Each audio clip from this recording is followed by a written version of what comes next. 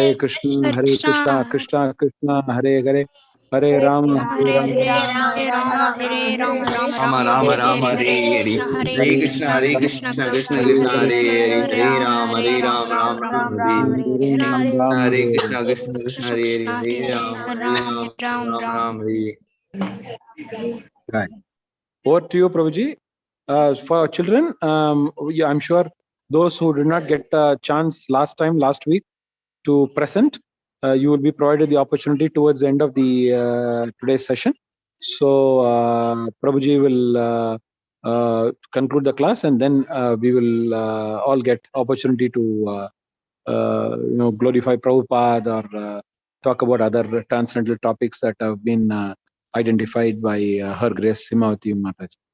Thank you. Hare Krishna.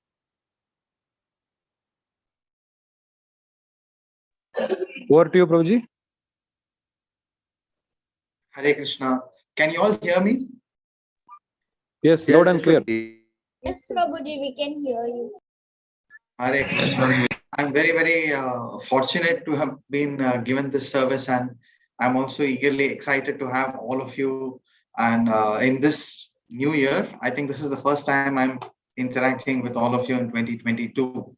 So thank you so much for giving me this opportunity and your attention for the next 1 hour. We will quickly chant some Mangalachan prayers seeking the blessings and mercy of all the Vaishnava Acharyas, all the teachers present here, and the Lordship Shri Shri Radha Madhav. Very quickly. If you would like, you can unmute and join me as well.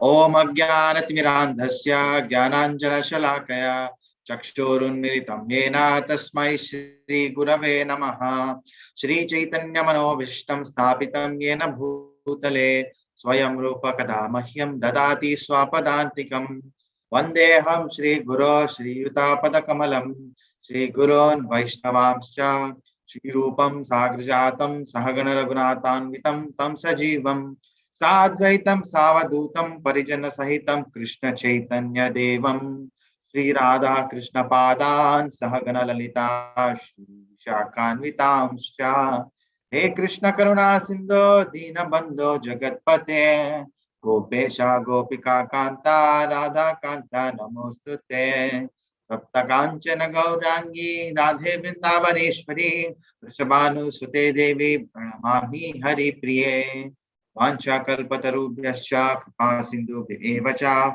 Patitanam Pavanebhyo Vaishnavebhyo Namo Namaha Nama Om Vishnu Padaya Krishna Prishtaya Bhutale Srimate Bhakti Vedanta Swamin Iti Namine Namaste Saraswate Deve Gauravani Pracharine Nirvishesha Shunyavadi Paschatya Deshatarine Jai Shri Krishna Chaitanya Prabhu Nityananda Shri Advaita Gadadhara Shri Vasadi Gaura Bhakta Vrinda Hare Krishna Krishna Krishna Hare Hare Hare Rama Rama Rama Hare Hare Kam Karoti Machalum Pam Vete Padamaham Paramanam Madam.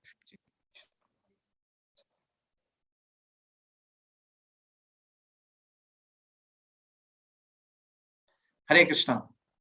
So I see a lot of participants here with their videos turned off. We will have a quick 5-minute chat just to interact with all of you, just to see who is here. And if you would like, you can turn off your videos after that, once I begin my session. So before that, we'll just interact for, let's say, 4 or 5 minutes, and then you can turn off your videos. That's okay. All right. Thank you so much. Thank you, everyone.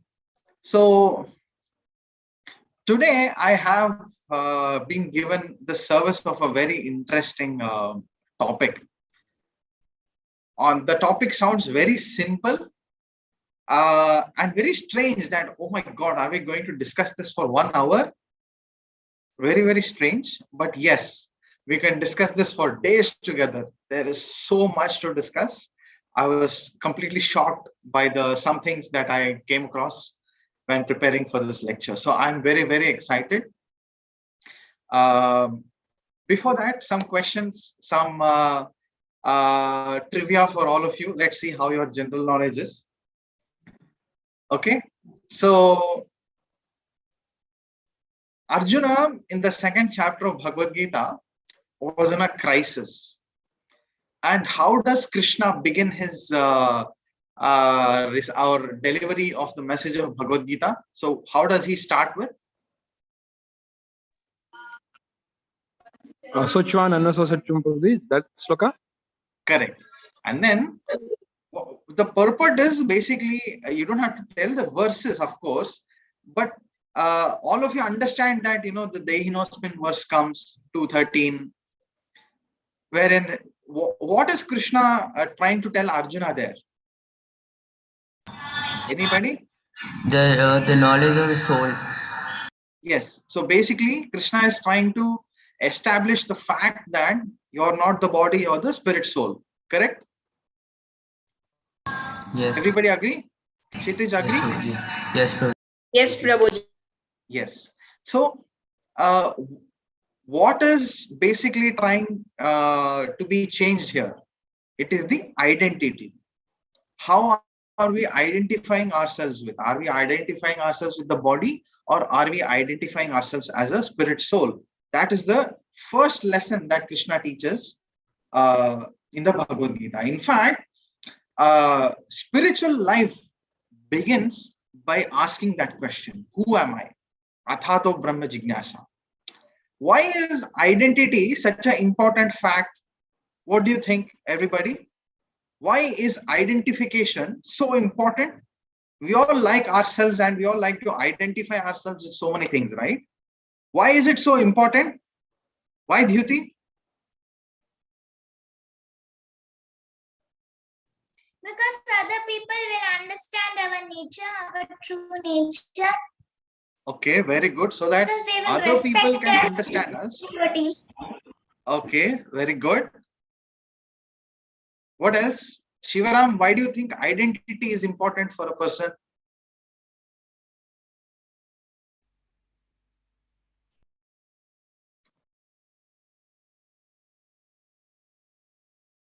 Or anybody else?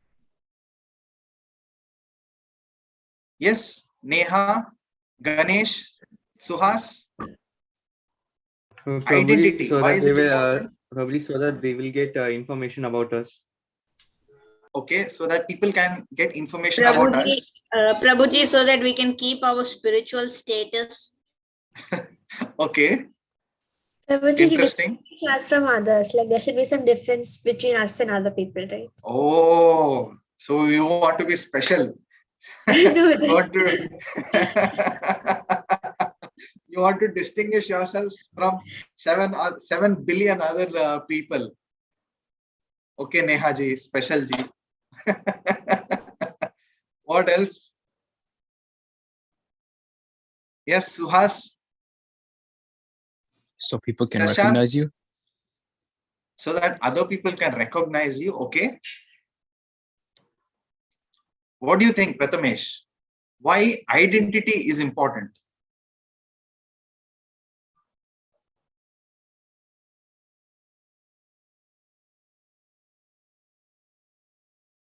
There is a famous picture I saw on social media where a cat looks at itself in the mirror, but the reflection is a lion. Did you see that image? The cat is looking at itself in the mirror, but it is not looking at a cat. It is looking at itself as a lion, which means what? Okay, Chaitanya says, because our identity guides us and helps us to know how to act in different situations. Okay, interesting. Very good. Very close to what I was looking.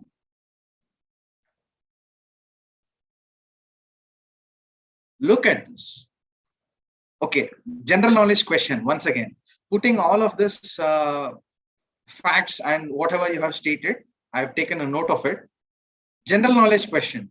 Hear this very attentively and think very deeply and answer this question. Okay. There are famous personalities who use various representations to identify themselves, correct? Michael Jackson, what is his famous identification? Dancing. Dancing, correct? Dancing.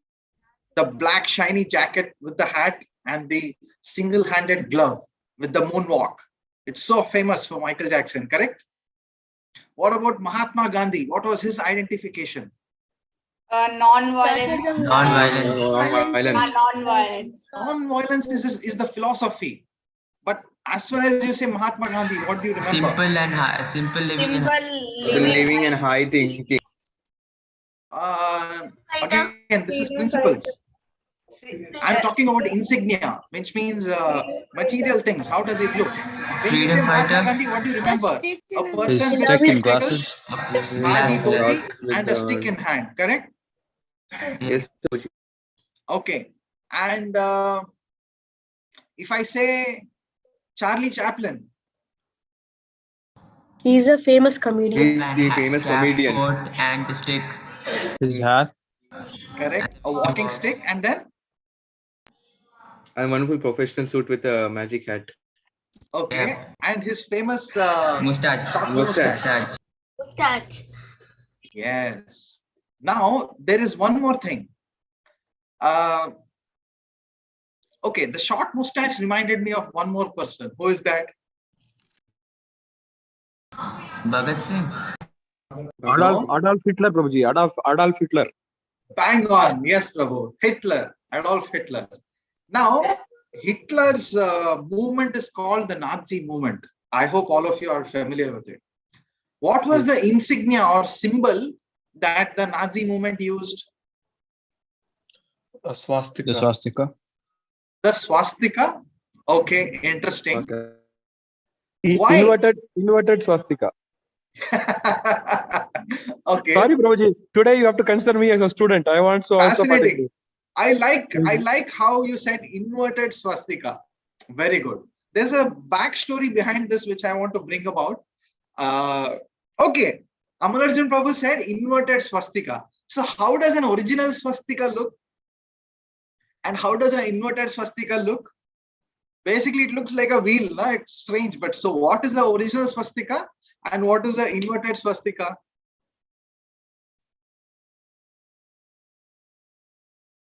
And another question, why did Hitler choose swastika as a symbol?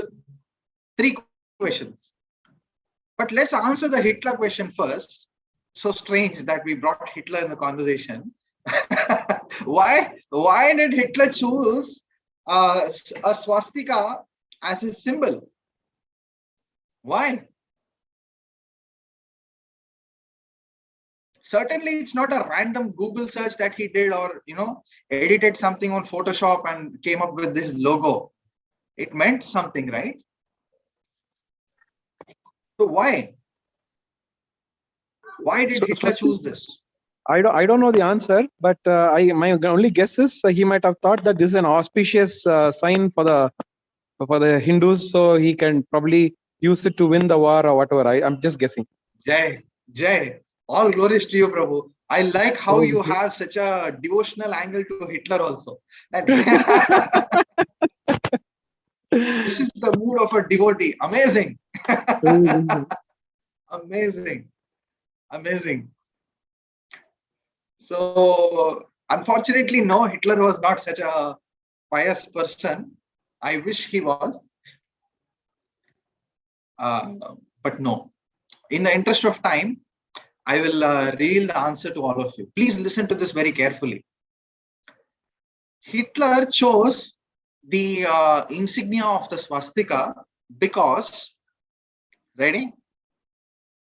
All of you look distracted. Hare Krishna, Krishna Krishna, Hare Hare, Hare Rama, Rama Rama, Hare Hare. Out of all topics in a Krishna conscious lecture, we are talking about Hitler. I'm sure all of your attention should be in peak levels now. Listen, Hitler thought he belonged to the Aryan race. And he thought Aryan race means personalities who were born only in Germany. And only those people who are born out of his lineage are pure blood. And everybody else was contaminated and non-Aryans. That was his conception. But Aryan civilization or Aryan society or a person belonging or a person calling himself as Aryan means what? A personality who calls himself as Aryan means a person who is belonging to the Varnashrama society. A swastika, let me see if I can draw it for all of you on paint. My paint skills are extremely poor, but I'll try my best.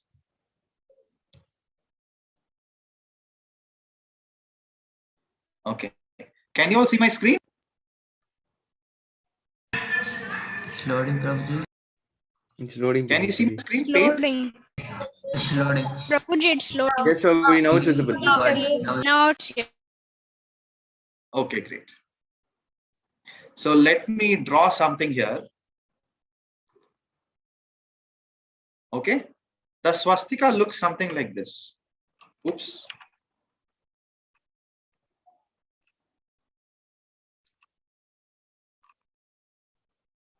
So first you have an S.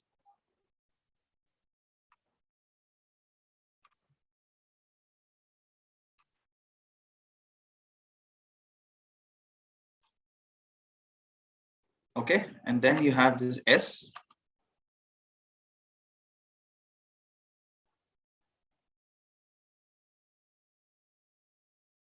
Okay, and then whoopsie, you don't have this line. So you can remember it like that. S for swastika. And then the other part here like this. Yes. How does it go? Like this, right?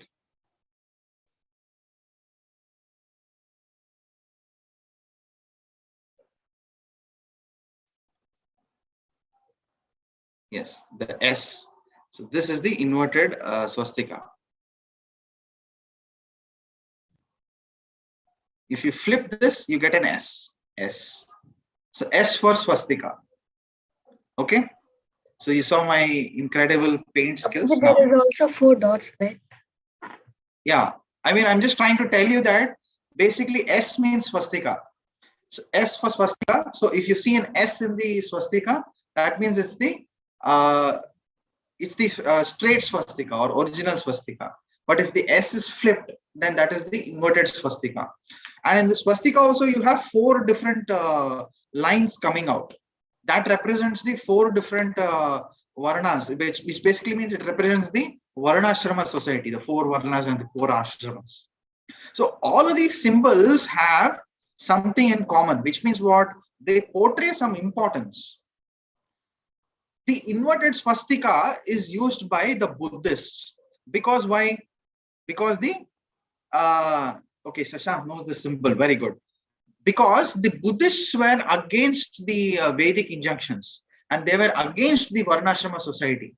So which is why if you go to a Buddhist monastery, you will see a swastika inverted or flipped, the mirror image exactly. Why? Because they are against the Varnashrama society.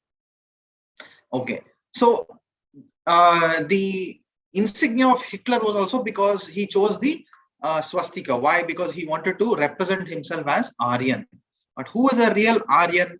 A real Aryan is a person who follows the Varnashrama system, Varnashrama dharma. Very good. So the Indian flag, the Indian tricolor flag, recently all of us celebrated the Republic Day, hopefully. So the tricolor flag also represents all the colors and the Ashoka Chakra in between. All of them represent something, right? Is it not true? Yes. Yes. So, which means all of your symbolism that you find amongst yourself, whether it is mundane or whether it is nationalistic or whether it is religious or spiritual, all of them have some significance behind that. Now, if I say, how do you identify a Vaishnava? What is your answer? Suddenly you're going out in the public and you want to identify externally who is a Vaishnava. Not internally, it's really tough. But Gopi Chandan and Tulsi Mala. okay. Gopi Chandan, Tulsi Mala, character, Anybody? Anything else? Gopi Chandan means what? Like if I have a Chandan block in my pocket, am I a devotee? No, on the forehead. No. No. Forehead. Prabhuji, you need to keep it on the head. Tilak. Tilak. Okay. Yeah, on the So forehead. which means Yeah. as soon as you see a tilak on a person's head, you understand that he is a devotee, right? Yes, Prabhuji. Now, Next very is good. Kantimala. And Kantimala, very good. And many such other paraphernalia, correct? So today, our discussion for the day is importance of tilak. Importance of tilak. So I'll share my screen where I have some notes. Please let me know once you can see my screen. Yes, Prabhuji. Yes, Prabhuji, we can see. Yes, Very Master good. Prabhuji, you can see.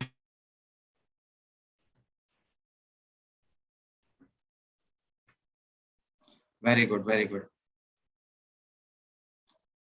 You can see my notes, right? Yeah. Yes, Prabhuji. Fantastic. Is it better now? Yes, Prabhuji. Yes, Prabhuji. Okay. I just have some notes which I prepared for this class. I thought just to have a structure in our dialogue, this will be helpful. Tilak. Tilak has many names in our amongst Hindus. For example, in our Vaishnavism, we call it as Tilak. In South India, it's called as Tilakam, Tika in North India. Especially in Andhra, it's called Namamu or Bottu. Tamilians also call Pottu, or Malayalis Bindi, Sindur, Vibhuti. And this tilak also comes in variety of colors. Is it not?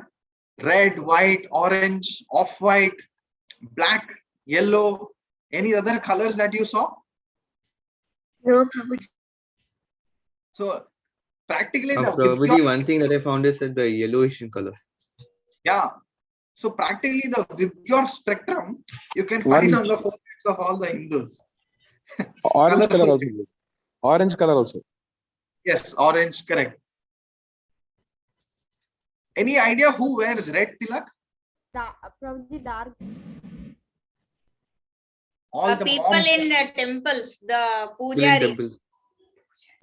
Okay. People in temples. Yes, and especially tilak also is very important in our society. More so for women. The Matajis or the women, you can identify the various. You can identify if a woman is married or unmarried or which category of society she belongs to. For example, if a woman has, let's say, only a bindi here or a red tilak, that means she is a kanya or unmarried. Or if she has a tilak or a red bindi and sindur here, where she parts her hair, mathe pe sindur, then she is also married. The way the women part their hair also is significant. Like for example, if women part to a little off to the right or off to the left, they are also considered as from a very illicit background. Or if they part right from the between, then they are considered and plait their hair, then they are considered as married pativratas, like that. So how a person presents himself is very, very, very important in the society. Orange. Who wears an orange tilak?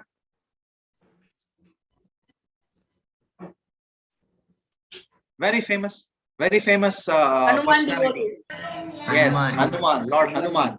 Hanumanji, all of you might know this story. One day Mother Sita was decorating herself with tilak. And then Hanumanji walks in and he is looking at this weird round thing on Mother Sita's forehead.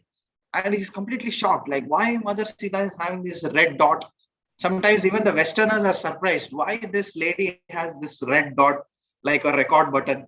Why this thing is there on the forehead. Then Hanumanji asks Mother Sita, Mother Sita, why do you have this red dot on your forehead? Then Mother Sita says, oh, Lord Ram actually likes it so much when I put this small bindi on my forehead. Then Hanumanji is thinking, really? My master Lord Sri Ram likes when you put a red bindi, then I will do one thing. If one small dot Mother Sita is putting on her forehead and he is so pleased with Mother Sita, then what will happen if I decorate myself in full body? So then he will go and then decorate his entire body, top to bottom, red color. And that red personality is walking into the courtyard of Ayodhya. And everybody is laughing at Hanuman, completely, having a blast. Everybody is really, really having a belly laugh at Hanuman. Look at this. He's looking like a funny personality, completely red, walking into a palace. And then Lord Ram also is really laughing. And when Lord Ram is laughing louder, Hanuman is so happy that, Arre Bapre, my plan is completely successful because he's happy and he's laughing. And then Hanuman is laughing more and more. Looking at Hanuman's happiness, Lord Ram increases more and more happiness. That way, the happiness in the palace of Ayodhya is reaching sky high. And everybody is having a completely blissful time. And then after that, Lord Ram asks, why you have decorated yourself completely top to bottom in Sindoor? And then Hanuman reveals the entire story. And then Lord Ram is very, very, very pleased with the effort and endeavor of Hanuman. So adorning tilak is very, very, very pleasing to the Lord. This is something I came across the internet. Can you see the various insignia or the various symbols that are present here? Can you see that? Yes, Prabhuji. So the kind of tilak that you apply also represents the kind of sect you belong to. Yes, Rishikesh says Durga Devi wears red tilak. And the devotees or followers of Durga Devi, they are called Shaktas. So they also wear a red tilak here. Shaivites or so-called followers of Lord Shiva, they also wear Tripundra, which means three marked tilak, which is horizontal in shape. And apparently I came across the internet that there are so many, see, look at this. There are so many kinds of tilak that people apply. See all these variety shapes. This is the swastika. S for swastika and the inverted one. So many. So the kind of tilak that you adorn represents the sect that you belong to. See, followers of a particular sect can be identified by the mark on their forehead, marks and chest, etc., etc. Now, all of these symbols represent the demigod worshippers. Yes. So, why? Okay, if all of you can take a note of these verses. Srimad Bhagavatam, Canto 2, Chapter 3, Text 2 to 10. That basically describes the difference between... Prabhuji, what about Bhagavad Gita, Chapter 7, Text 21 and 22 indicate? Hold on, everyone. So, the Srimad Bhagavatam verses describe various personalities who worship various demigods and the kind of benefit they receive, and exactly why one should worship the Supreme Personality of Godhead. And what kind of mentality one should have to worship the Lord, the Supreme Lord, and what kind of benefit one receives. So it's very, very important, but the purports are long, the translations are long. So please do make sure that you read all these verses, at least the translations if possible. And then the Bhagavad Gita verses, basically very, very, very important verses, describe how the demigod worshippers are actually very, very ignorant and foolish. Why? Because all the various demigods are receiving the potency to carry out their duties. Where are they receiving all this Shakti or potency from? All their capability from? All of this is obtained from the Supreme Lord. So why worship some indirect personality who is already worship? Like, for example, if you already have a connection, direct line to the generator, Why connect to a substation? Not necessary. So directly go from the source. The source is Lord Shri Krishna. Ekala Ishvara Krishna, Arasab Britya.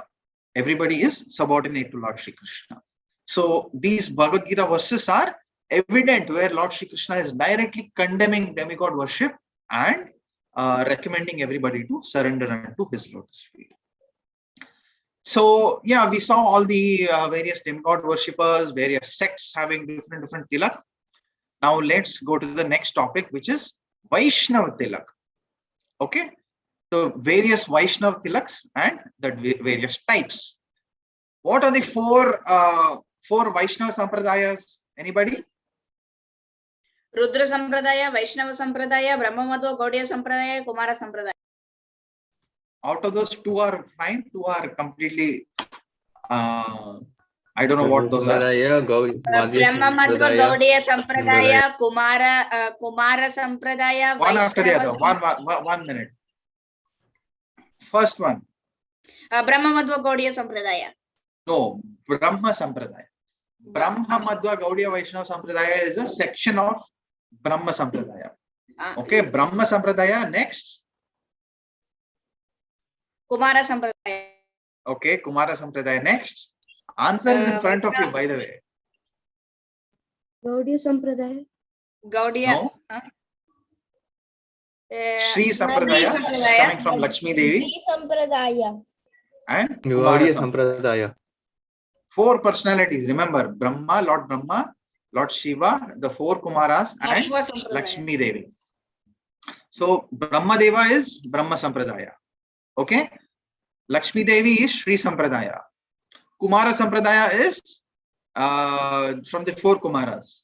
And Rudra Sampradaya is from Lord Shiva. Okay. So all these four Sampradayas have their own tilak. In the Shastras, how to apply tilak, the basic structure is given, but the specific detail as to how a tilak is, how it should be applied, and the shape of the tilak varies from Sampradaya to Sampradaya. This is very similar to how, I don't know if you are familiar with this, but various political parties have their own symbol, is it not? Like, for example, BJP has a lotus or something like that, and Congress has a hand. Some people have cycle, whatever. There are like various crazy kinds of symbols that people have. Even in prisons, and not only prisons, in the mafia gangs, people have tattoos. Did you know this? Some people have bicycle gang, arrow gang. There are so many gangs, and each gang has their own symbol.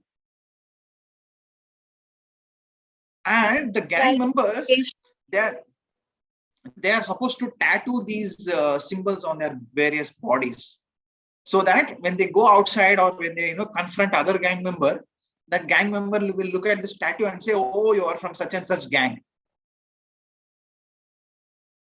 But which gang we all belong to? We all belong to the gang of Gauranga.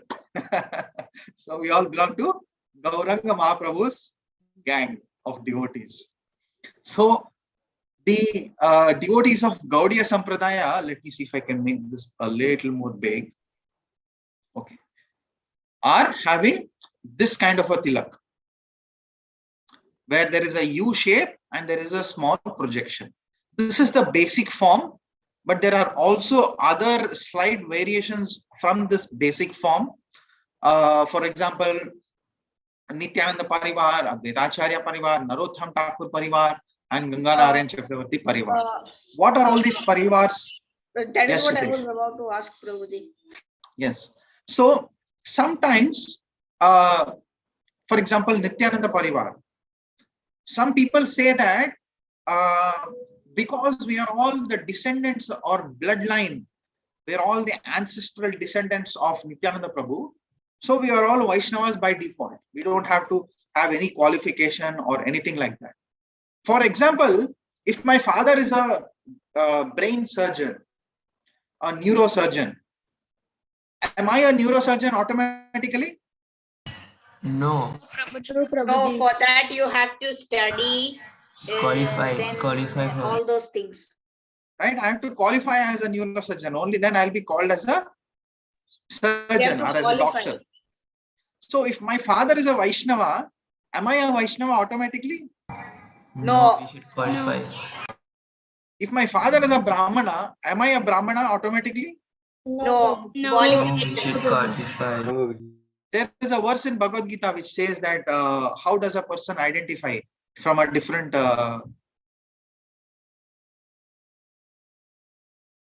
what are the two characteristics how to identify a person as Brahmana or Kshatriya, Vaishya, Shudra?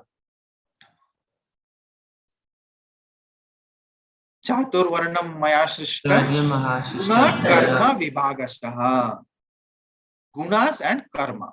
The modes of influence. According to the qualities and actions. Yeah. Correct. Guna and Karma. These are the two criteria for classifying a person.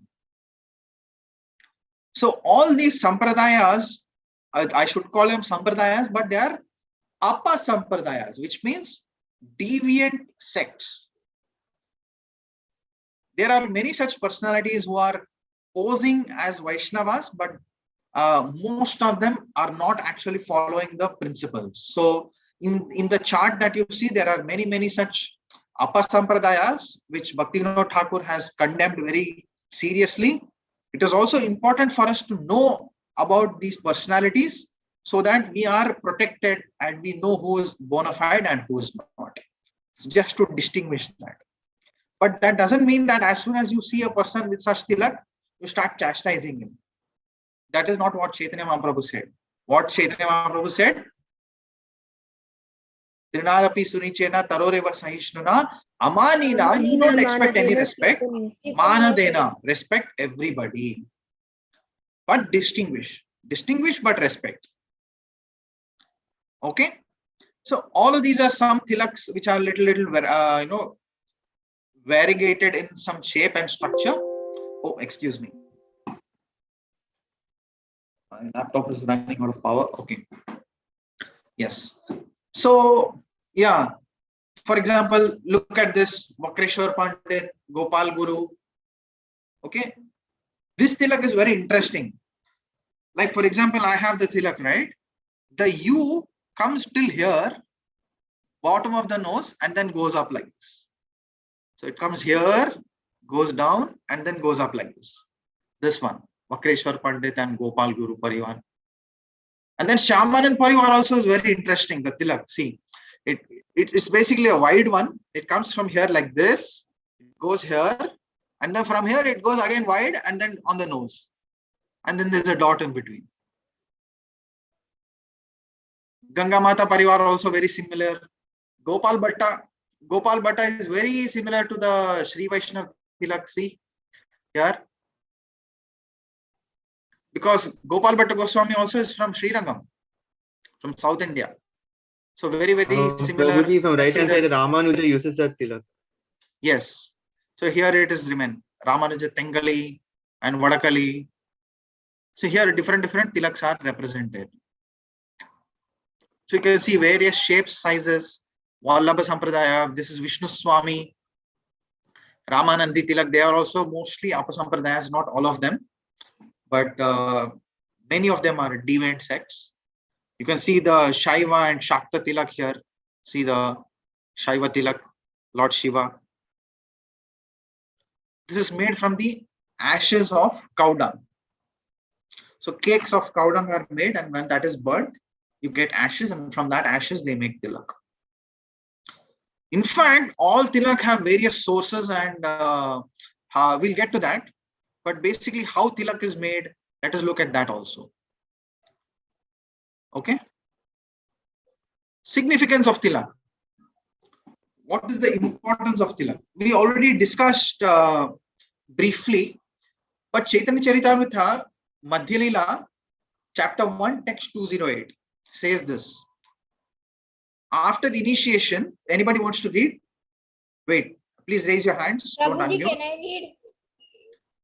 Last year you got a chance. Revant, you got a chance. Anand, you got a chance. Let's see who didn't get a chance. Ganesh. Yes, Prabhuji. Yes, please read this translation. Yes. After the initiation, the disciple's name must be changed to indicate that, that he is a servant of Lord Vishnu. The disciple should also immediately begin marking his body with tilak, Urdhva Pundra. especially his forehead. There are spiritual marks, symptoms of perfect symptoms of perfect Vaishnava. Yes. Vaishnava. This is a verse from the Padma Purana and Uttarakhanda.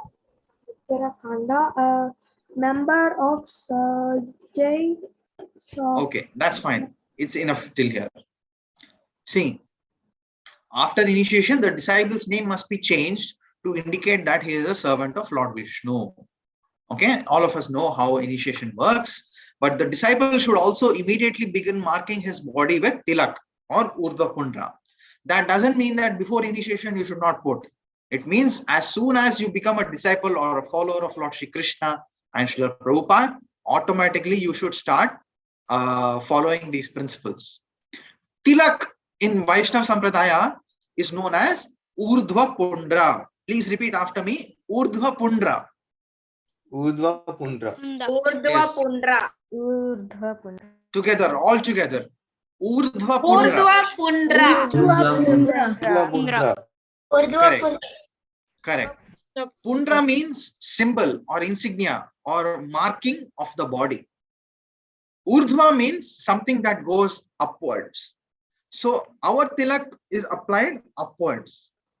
So whenever you apply Gopi Chandan, I've seen some devotees who apply first this line, then that line, and then this tilak, and then they do joining all sorts of things like, connecting the dots. That is not how tilak is applied. Tilak is urdhva pundra, as the scriptures recommend, from bottom to top. It should be right at the junction where the nose meets the forehead, near the eyebrows, and then there is a small projection coming downwards, and then two lines and nothing in between. This is the significance. Something very, very important here. Why one applies tilak? One applies tilak, and what happens if he doesn't apply tilak, doesn't change his name, and doesn't represent himself? He will continue to in his bodily conception of life. This is very, very important. There is also a big purport from Chaitanya Bhagavata, Adi Kanda, chapter 15, text 8. This is a very long purport, which I am basing my entire lecture on. There are so many things in this purport which is so important, but we will discuss that a little later. What is tilak made of? How tilak is made? ISKCON devotees generally make their tilak from a cream colored clay. All of you are familiar, called Gopi Chandan. Where is this Chandan obtained? It is obtained from a sacred lake near Dwaraka, Lord Krishna's ancient city on the west coast of Gujarat. In fact, many of the sampradayas that we saw here, yes, see this. Almost all tilaks are made from Gopi Chandan from Dwaraka only. But if you see the Madhva Sampradaya here, the Madhva Sampradaya tilak in between, can you see that? This one. This one. The red like thing, the red line in between. Correct. So it's not red typically. The Madhva Sampradaya followers, they have the tilak, the U shape, which is again made of Gopi Chandan from Dwaraka. But the line in between, that is made of ashes. Ashes that is obtained from their daily fire sacrifice. They do a yajna every day, a fire sacrifice. And from that fire sacrifice, the ashes is collected and a red marking is put in between. Now, we are also a sect or a branch of the Madhva Sampradaya, right? Brahma Madhva Gaudiya Vaishnava Sampradaya. So why we are not applying this black mark Why we are also not performing fire sacrifices every day? Anybody? Why we are not doing yajna? It is not possible at this age. Okay. As there are No, people. People are still doing yajnas now. Yes, but what do you think, Chaitanya? Neha, what do you think? Why we are not applying the black mark in between? Why do you think Gaudiya Vaishnavas are not doing any fire sacrifices or yajna?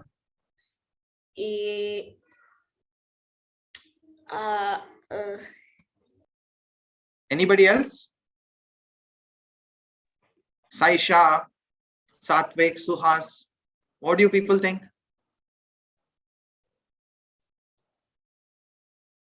Because our tilak is a different style. I'm asking why.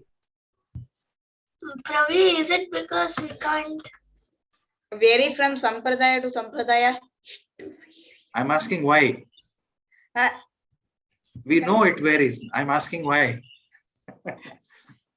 Think deeply. See, these are questions. Prathamesh is asking, can we apply red tilak? Okay. First, if you belong to the Gaudiya Vaishnava Sampradaya, then we apply tilak which is yellow in color, like the tilak that I have, which is made from Gopi Chandan. It is creamy yellow in color, light yellow in color. Prabhuji, I've seen some sadhus in Tirupati, they use red tilaka and white color, like what you say, like a small bucket type. Okay, that is a different point. I'm asking why, two questions. Why we also belong to the, we are a section of the Madhva Sampradaya, right? Which is Madhva Gaudiya Vaishnava Sampradaya. So if we are also a section of Madhva Sampradaya, then why we don't have the black marking in between? And Madhva Sampradaya followers are doing yajna every day. So why we are not doing fire sacrifice yajna every day? No, but because our sampradaya is the greatest sampradaya, and in this sampradaya, the thing is so easy that you don't need to do any yajnas or anything, only chanting. we pray to Krishna, not No, to Kshitiz, unfortunately, both your points are not correct. Both are wrong. Next. Probably because if we are praying to Krishna, so we don't need fire sacrifice. Is it like that? No. See, in fact, Yajna Purusha means Krishna. In the Bhagavad Gita, there is a verse, Yajnata karmanonyatra lokoyam karma bandhana. Tadadam karma kaunteya tat kurusva madarpanam. So Yajna means Krishna only. Prabhuji, our 1 minute, sacrifice. Anand. 1 minute. Shivaram, you were saying something? Prabhuji, because this is Kali Yuga, no? This is Kali Yuga. Okay. Can you elaborate further? So what if it is Kali Yuga? So people do not take it seriously. Okay. You're very close. People have to take it seriously. Wait, Kshitiz, please wait for your turn. Yes, Anand. Prabhuji, there is no qualified brahmanas also. Okay. And also Quickly. And also our sacrifice, the main sacrifice, kirtan. Who said that? Wait. Who said that? I told Prabhuji, Anand. Yes, that is the answer. What is the recommended process for Kali Yuga? Come on. Prabhuji, I told you chanting. Hare Nama iva kevalam. Kalau nastyeva gatiranyatha. No, but Prabhuji, I told something like that only. Fine. So the personalities of Kali Yuga don't perform fire sacrifices. What is the yajna that we do? Sankirtan yajna. So when we do Sankirtan yajna, there is no ashes. Fireless yajna. So we don't apply any black ashes in between. Okay. So think. Don't take anything for granted. That is my point. Think deeply, question it, and inquire very, very deeply as to why, what, how. so that your attraction towards bhakti increases. Now that you understand our tilak very nicely, your appreciation for that also increases manifold. So next time when you apply tilak, it's very, very deep meaning for you. Okay. What does, okay. So Revant also mentioned that in Tirupati, people apply this kind of tilak towards your right. Correct? White Yes, and red. Prabhuji, white and red at the middle. Yeah. And red So at the middle. usually this tilak is representing something. The white, as what the white triangular or the polygons in the side, they are representing the lotus feet of Vishnu, and the between the red marking represents Lakshmi Devi, who is their Sampradaya head. So the white paste is obtained from the white mud at the foothills of at the foot of the ant hills, and the red paste is obtained from the red sand that is again at the top of the ant hills. Ant hills usually construct ant hills at the top of red sand or red soil. So there, when you go visit an ant hill next time, observe carefully. The top is filled with reddish soil or sand, and the bottom is usually whitish. So these devotees collect that and then make tilak from there. In our sampradaya, look at the basic form. Usually we all have the basic form, which is towards the left. That is the standard which everybody is following right now, and we are also sticking to that only. That is the bona fide tilak, wherein the tilak represents the two lines, the vertical lines represent the two lotus feet of Lord Krishna, and the small extension towards the base, right? That represents Tulsi Maharani. In our sampradaya, we do not approach Tulsi Maharani as Krishna directly. So here we were talking about the significance of tilak, right? Our sampradaya, the philosophy is we approach Krishna through his devotees. Gopi Padayor Kamala Dasa Dasa Dasano Dasa, which means I am the servant of the servant of the servant. When you offer boga to Krishna, how do you offer? First, you have to apply tulasi on top of every offering, correct? And then you chant the names of the spiritual master first, and then the names of the prayers to the Acharya or Srila Prabhupada, and then Chaitanya Mahaprabhu, and then Lord Shri Krishna. So nobody approaches Krishna directly. We approach her through the devotees. In our sampradaya, we approach her through Tulasi Devi. In other sampradayas, for example, Vallabha sampradaya, they have one single line or one single red line that represents Yamuna Devi. Why? Because they approach Krishna through Yamuna, and their main worshipable deity is Srinathji. So that way, various Vaishnava sampradayas have various tilaks. It is important to know as followers of Gaudiya Vaishnava sampradaya what our tilak represents. Okay, we saw what tilak is made of. Here is a question: why? Okay, as devotees of Krishna, we are applying tilak on our bodies to represent that this body is a temple of Lord Shri Krishna, right? So we are saying that when I adore this tilak on my body, then I'm maintaining this body for the pleasure of Krishna.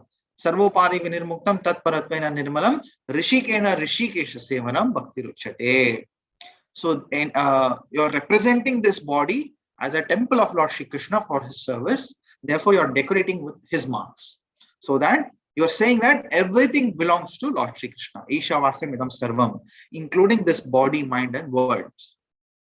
Kayena vacha manasindriyaiva. Bhagavatam shloka, very famous. Okay. So devotees are applying tilak. That is understandable. If you see in this picture, so beautiful, Mayapur Chandra, Lord Madhav is also having tilak. Why Krishna is having tilak? Attractive to maintain the attractiveness. Okay. Anybody else? Prabhuji, to show us. I couldn't hear you. To show us. To show us how to apply. Okay. Good answer. Because Krishna always be with Tulsi Maharani. Okay. Tulsi Maharani is very dear to Krishna. What else? What else? Satvik, why do you think Krishna has tilak? Chaitanya and Revant. Why Krishna has to apply tilak?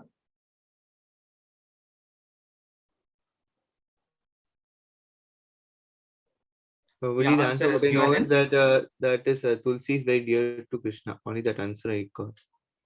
You see, just as how devotees are eager to serve Lord Shri Krishna, Krishna also wants to serve his devotees. He is so eager to serve his devotees that he is saying, no, I will have the footsteps of the footprints of my devotee on my forehead. Just like how the devotees want the footprints of Lord Shri Krishna on their forehead, Krishna is saying, I will have the footprints of my devotees on my forehead. There's a famous verse in Srimad Bhagavatam, Sadhavo Hridayam Mahyam, Sadhunam Hridayam Tvamaham, Mat Anyatte na janati, Naham Tebhyam Managapi. Translation, the pure devotee is always within the core of my heart, and I am always in the heart of the pure devotee. Similarly, my devotees do not know anything else but me, and I do not know anything else but them. So Krishna is reciprocating his love towards us so much that he adorns the tilak just to remember us. Probably not us or not me, but some exalted devotees. So you can understand how Krishna's love is so intense towards us. He loves us so much that he wants to have our footsteps. Can you imagine the Supreme Personality of Godhead? Ishvara Parama Krishna Sachidananda Vigraha Anadiradi Govinda Sarva Karana Karanam. Lakshmi Sahasra Sada Sambrama Sevyamanam. There are unlimited Lakshmis serving at his lotus feet. All the Brahmas, their kiritas are falling when all, in the Brahma Vimohan Leela, all the demigods are worshipping Lord Shri Krishna like anything. That personality is ready to adore the footsteps of a normal, ordinary person who is just a normal devotee of Lord Shri Krishna. Krishna loves all of us so much that he is ready to have the dust of the devotee on his head.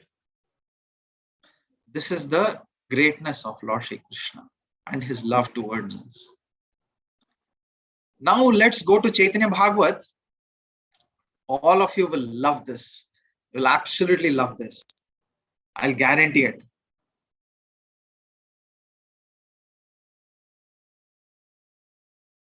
I'm going to share my screen now again.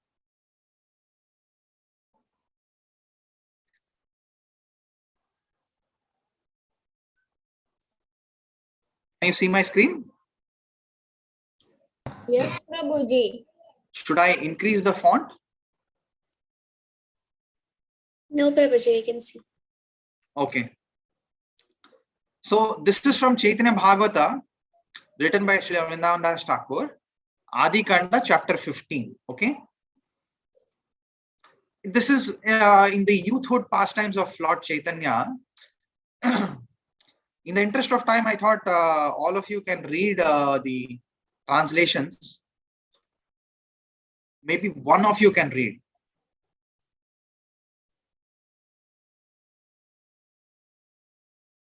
Prabhuji. Yes, Anand. Okay. Prabhuji, your screen, I got it. Just give me a minute, please. Okay. Who wants to read? Okay. Yes, Shivaram. Prabhuji, the translation, right? Only the translations. Okay, Prabhuji. The Lord performed his daily worship in the early morning, and after offering obeisance to his mother, he left for school. Okay, school means this is not, he is not going to school to study. Lord Chaitanya, when he was 16 years old, he was running his own school. He was the teacher and other people used to come to learn from him. Can you imagine? 16 years old, and he had his own Chatushpati, which means Gurukula school. Yes. Mukunda Sanjaya was the Lord's servant for many lifetimes. His son was known as Purushottam Das. Gaurachandra daily went to teach at the house of this fortunate person. Somebody wants to read the translations? Neha, you want to read? Prabhuji, Last year you read the Mangalacharan. I'll give chance to somebody else. Prabhuji, Yes, Neha. secondly, can I read? The Lord arrived first. Should I read, Prabhuji? Carry on, carry on. Prabhuji, how do you pronounce it? What mandapa? The Lord arrived first and sat in Chandi Mandap. The Lord arrived first and sat in the Chandi Mandapa. Thereafter, the students would gradually arrive there. Yes. During the night, sometimes by chance, a student would forget to mark his forehead with tilaka. See, if Chaitanya Mahaprabhu looks at one of his students who forgot to apply tilak, what will happen? This was the long purport that I wanted to read, which glorifies tilak, rules and regulations, symptoms. I will do one thing. I will copy paste and make this as a PDF and send it in the group, so all of you can read in the interest of time. Yes. So what happened? One of the students forgot to mark his forehead with tilak. Continue. Yes, Rashi. As Sanatana Dharma himself, the Lord establishes the principles of religion. In order to protect people's religious principles, he would not tolerate any transgression. Exactly. Dharma samsthapanarthaya sambhavami yuge yuge. Continue. The very moment such a delinquent appeared, the Lord would put him to such shame that he would never again come without first completing his morning worship.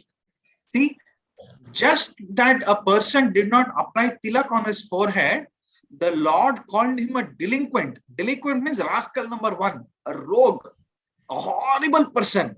As if you did a big crime. The Lord is calling a person a delinquent. Yes, continue.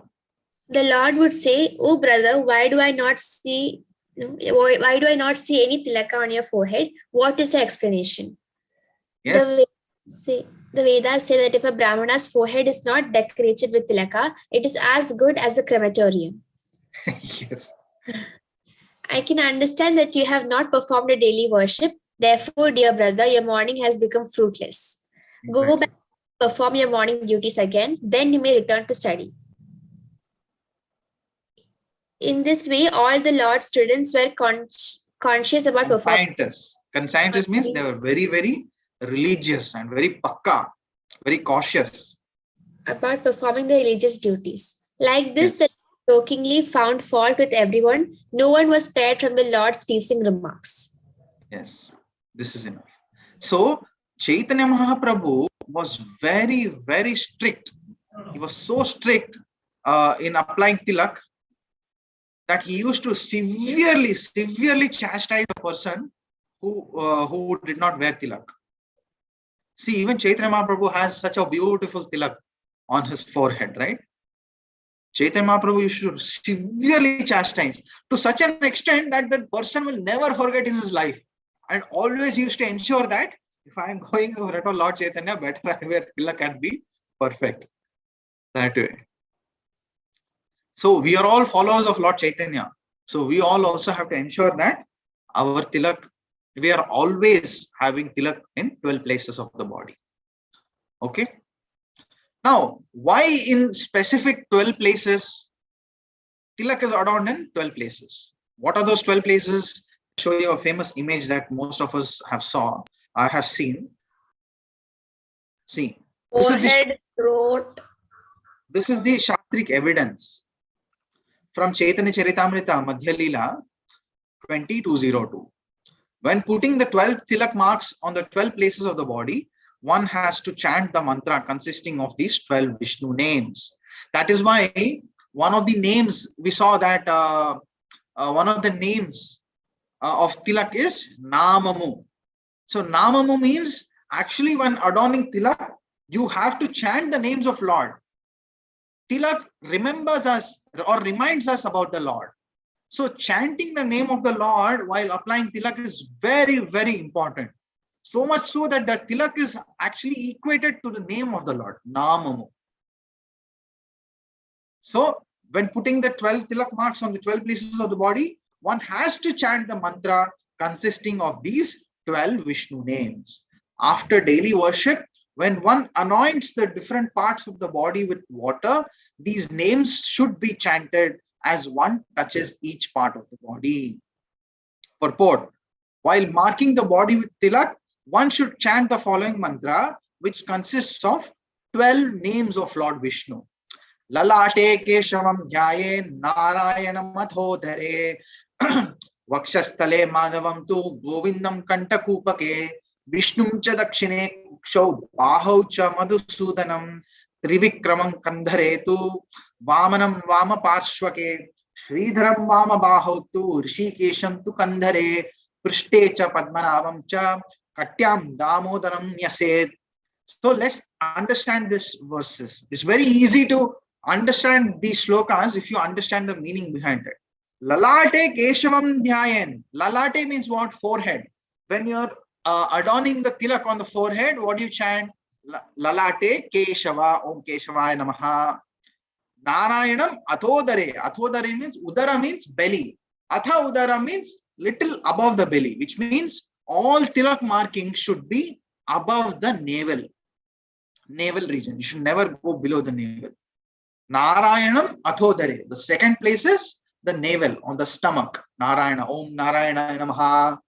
Vakshastale Madhavam tu. Vakshasthala means the region of the heart in between the two breasts. Vakshastale Madhavam tu Govindam Kantakupake. Kantakupake means Kantha means throat. Kupaka means cavity. So Govindam Kantakupake. The next tilak mark should be here, and you should chant Om Govindaya Namaha. Vishnum cha Dakshine Kukshav. Vishnum cha. Dakshine means what? Right side. So here, towards the right hand.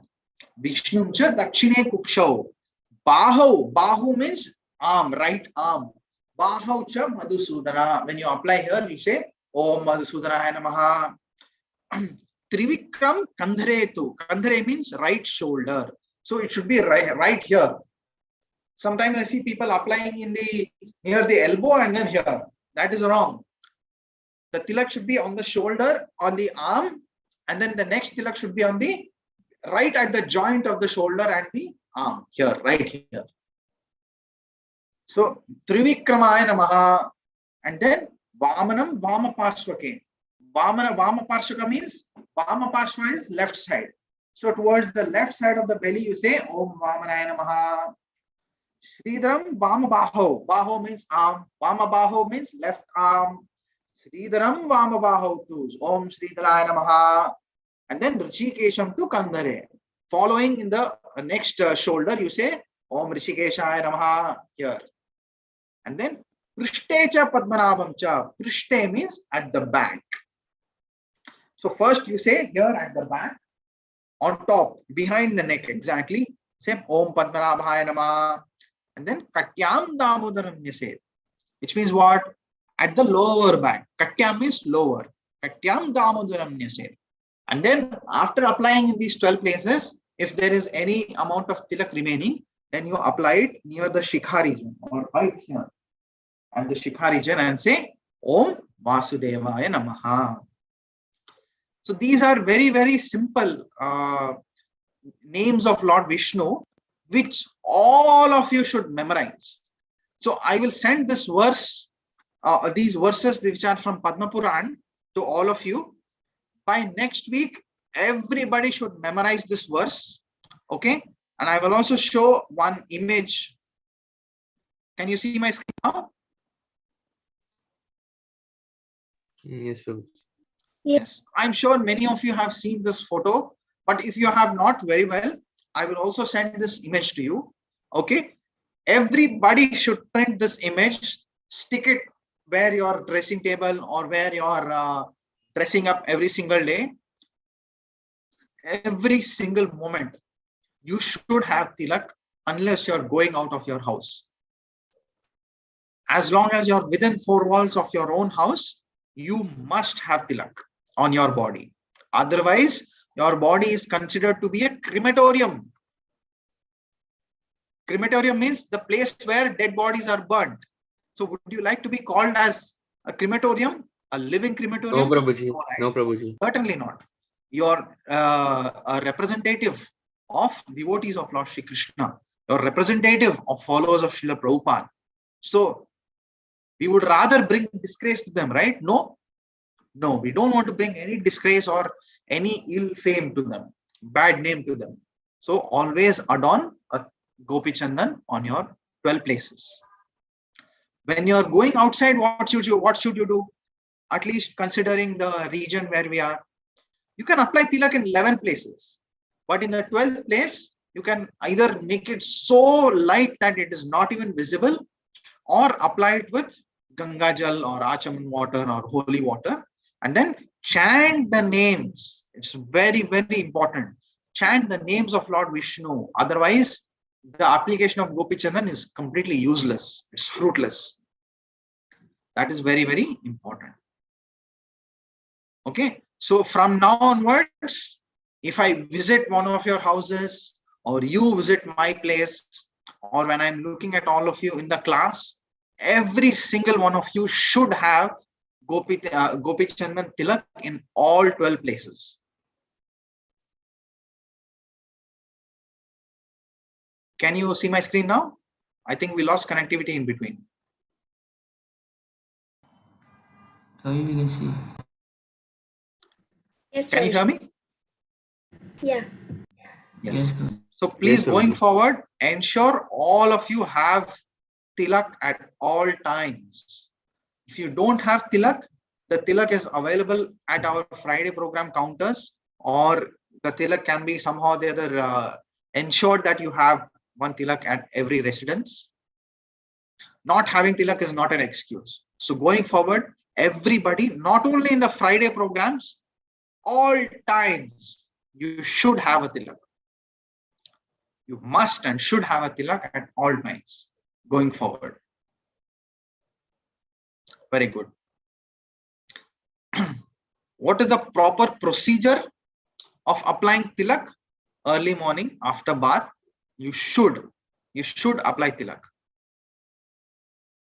What is the procedure to apply tilak? See, here Prabhupada is saying every devotee should take his bath early in the morning and decorate his body with tilak. In Kali Yuga, one can hardly acquire gold or jeweled ornaments, but the 12 tilak marks on the body are sufficient as auspicious decorations to purify the body. It's very, very important to apply tilak. Procedure everybody knows, right? Yes. Can you see my screen now? What are you able to see? Okay, let me reshare. Yes. Avoiding offenses. There are so many offenses and injunctions that are recommended in application of tilak, because tilak is equated to the holy name of the Lord, Namamu.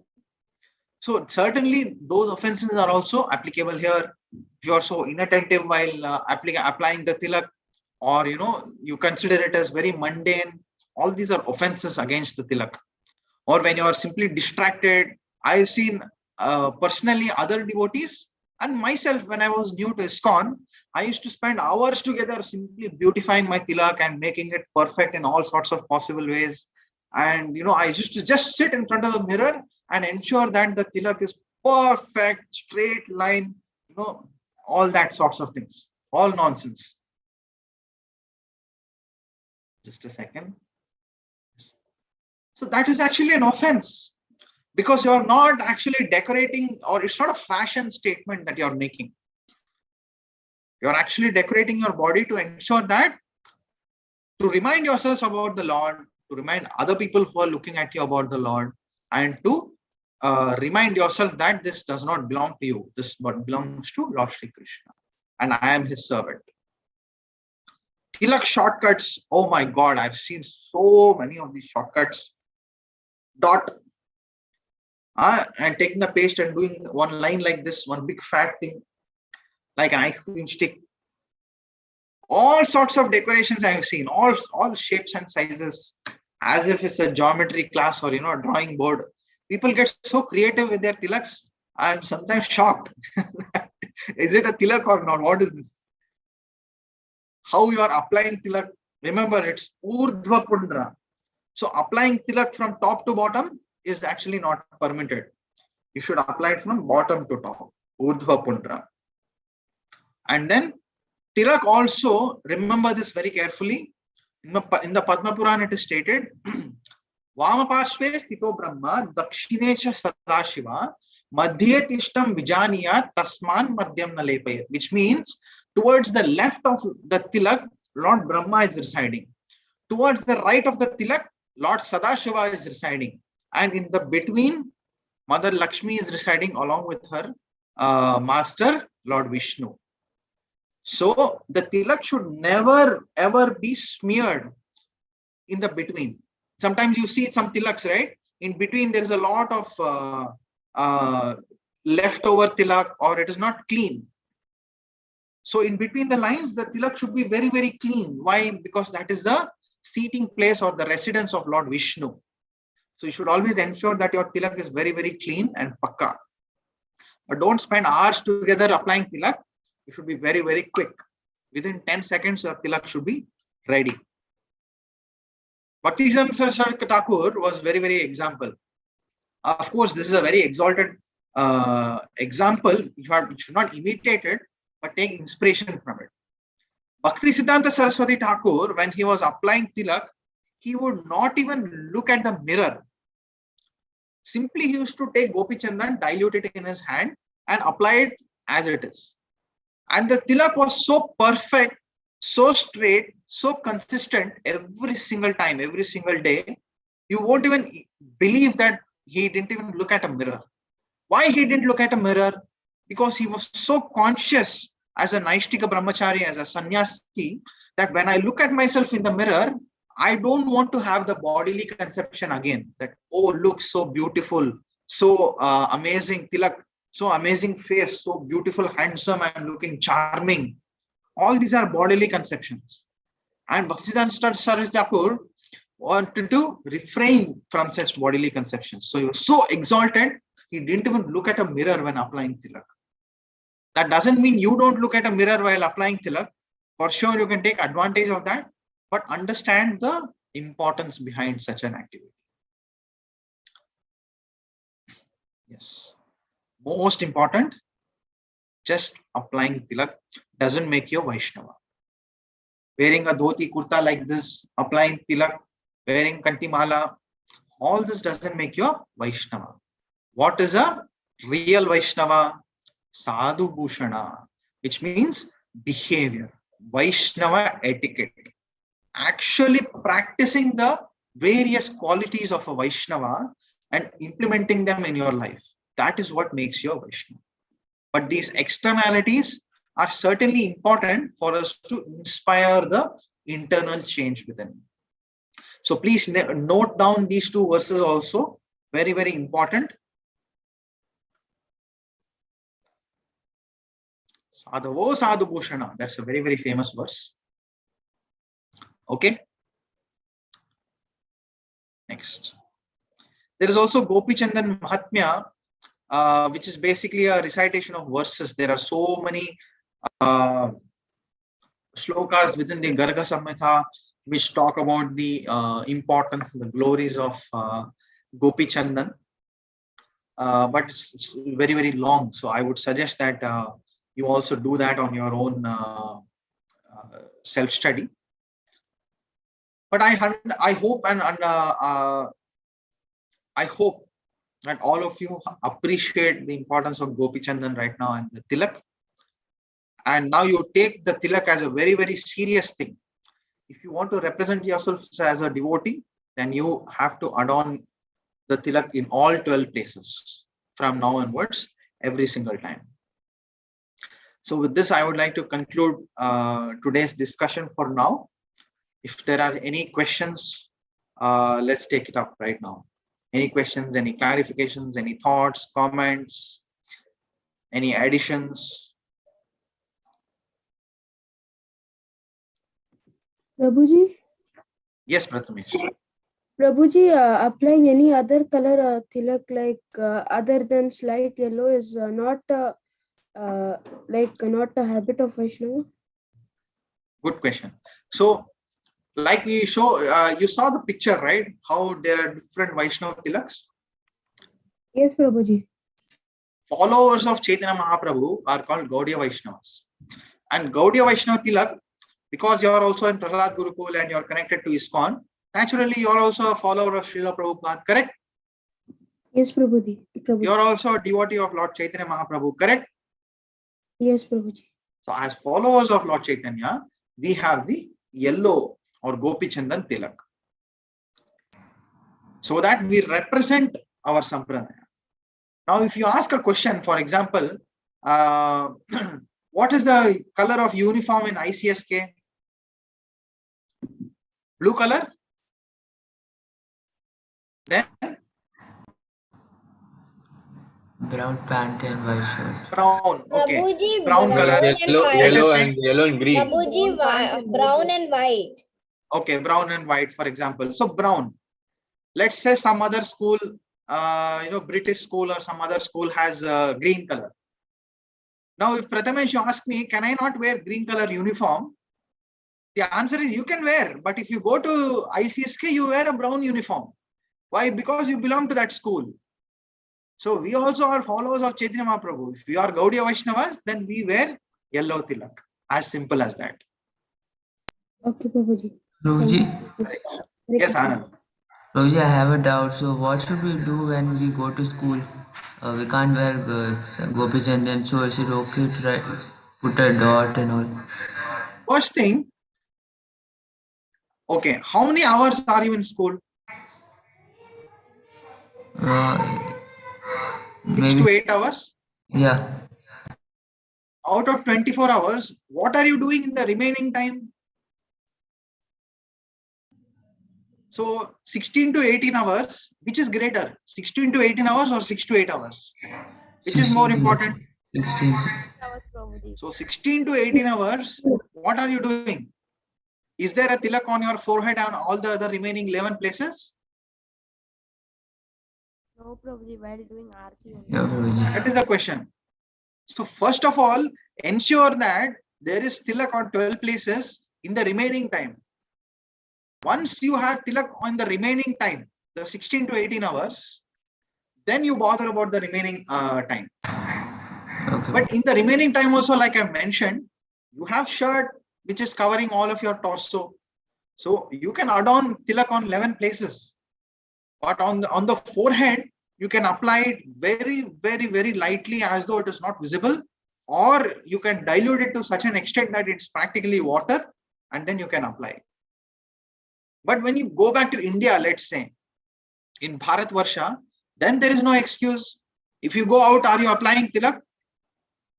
So question yourself, how genuine are you in actually representing yourself? Are you proud as a Vaishnava? Are you proud as a follower of Srila Prabhupada? Kshitij recently, in the discussion said, it is the greatest Vaishnava Sampradaya. Simply not saying, are you actually proud that I belong to such a Vaishnava Sampradaya, I belong to such a tradition? So if you are proud of such a tradition, then why are you not proud of wearing this tilak? You should be. You should certainly adorn this tilak in all 12 places to represent our great lineage, the amazing personalities we have, to be fortunate as calling as Vaishnava Acharyas, as spiritual masters, as our teachers and role models, right? We should be so proud of all of them that we are representing them right now. So we should definitely ensure that we have a tilak. Can even girls put tilak in all the 12 places? Yes. Thank you. Answer is yes. But the rule is that tilak should never go below the navel. Applies to both genders. Okay, any other questions? Great. So thank you all so much. I hope this was a great learning experience for all of you. Once again, like I mentioned, applying tilak looks like very simple thing, but there is so much significance. Trust me, I have not even told you like 5% of the material that I have. There is so many scriptural evidences on the importance of tilak. We could discuss this for hours and hours and hours together. But it's a very, very, very, very significant and very important aspect of our devotional service to add on Gopi Chandan in all 12 places of our body. So by next week, I hope all of you get into the habit of applying tilak as soon as you take a bath. And I also hope all of you, when applying tilak, recite these tilak mantras. Very important. Okay. So Lalate Keshav Vishnu. So so memorize all those names of Lord Vishnu also, which will be sent to all of you in the WhatsApp groups. So with that, we'll conclude our discussion for today. If there are any follow-up comments or any additions from the distinguished teachers who are present here, I would also like to welcome them for their valuable insights. Amalarjan Prabhu, Rasamai Mataji, if you please enlighten us. Thank you so much for the very detailed class. So it's extremely what you have mentioned is the topic itself is a critical topic, and all children who are representing our sampradaya have to feel happy wearing the tilak, and you are given a lot of rules and regulations as to how to ensure that we follow with this requirement. So I'm sure from the coming class onwards, we should see currently only very few children I see wearing tilak, but going forward, I think to start with, at least they should start for the Friday class and then slowly improve it. And one important thing that you mentioned is, since we are in a country where all these things are relatively prohibited, we can have the right consciousness in wearing the tilak even through Ganga Jal or whatever. We can keep it light so that nobody sees. End of day, you should know and Krishna should know. The idea is to display is to know that we belong to this sampradaya. So there are three aspects to it. So thank you very much for and chant the names and chant the 12 names of Lord Vishnu. Very important. Chanting the 12 names of Hari. Each name represent 1 month is what we always understand. And not only that, it's always good to recite the name because I heard in one lecture, whenever we in the morning or in the afternoon or evening, whenever we apply the tilak and when we recite the name with sincerity, we feel like Keshava or Narayana or Madhava are with us always. So this is one of the major reasons why we recite the name and put the tilak. So thank you so much, Prabhuji, for the wonderful efforts. You started the class with the Asura, and you ended it so blissfully. But having said that, if he had probably put the swastik, maybe the war need not have come, and maybe there would have been a transformation of his heart. So if he had actually put the real swastik. So since he put the inverted swastik, things became bad for him. It is necessary also. Paritranaya sadhunam, vinashaya cha dushkritam. So both are happening simultaneously. Correct. It's all Krishna's plan. So thank you so much, Prabhuji, for your efforts, and I'm sure all the children would have been immensely benefited through this class. So maybe you can share the PowerPoint. You can send it to the children, and they can use it for their reference. If I can request you for that. Certainly. So teachers, Sarvadita Mataji, Rasmai Mataji, Himavati Mataji, if you can please unmute yourself and kindly add a few words or comments, please. Haribol Prabhuji, Haribol. Like always, Hari Hari. This class is wonderful, wonderful. And it is very crystal clear for all, even for the beginners. They can start from now onwards, wearing Tilaka, following Vaishnava regulations, everything, Prabhuji. Wonderful, so wonderful class. Haribol. And children, you all should be proud of having His Grace, Vishwa Kalyan Prabhuji and His Grace Amalajum Prabhuji, and all the other teachers. Really, really wonderful association. Haribol. Thank you so much, Prabhuji. Highly appreciate. Yes. Hare Krishna. Every teacher in Prahlad Gurukul are giving so much of effort, and I'm sure children should capitalize this and implement it in their daily lives. I think that's most important. That is what. And more importantly, I'm so proud of having such wonderful children who are coming week on week and learning so many exalted topics. So you are the superstars. There is no effect of Kali on them, correct, Prabhuji? You guys are the superstars. Yes. Thank you for making this happening. Haribol. Haribol, Haribol. Yes. Sarvadita Mataji and Himati Mataji? I think Matajis are not there, Prabhuji. Not there, okay. Yeah, yes. Okay, no worries. So thank you very much once again, Vishwakaran Prabhuji. So children, please ensure that we implement whatever we have learned today to please Srila Prabhupada and our Parampara. So let us put this into practice. So thank you once again. Have a blissful weekend and the week thereafter. So we will meet next week. We'll have the Bhagavad Gita class. So try to, we have completed up till chapter 1, verse 27. Sorry? 27. 27. So we will continue after that. So looking forward to meeting all of you next week. So thank you very much. Let us all loudly chant Hare Krishna Mahamantra 3 times for Prabhuji's spiritual growth.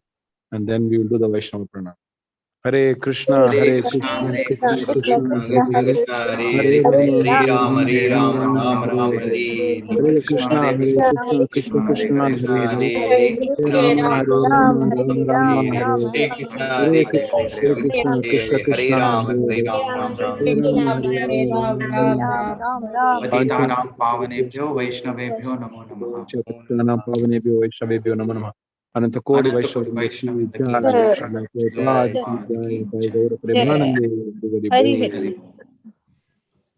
Thank you all.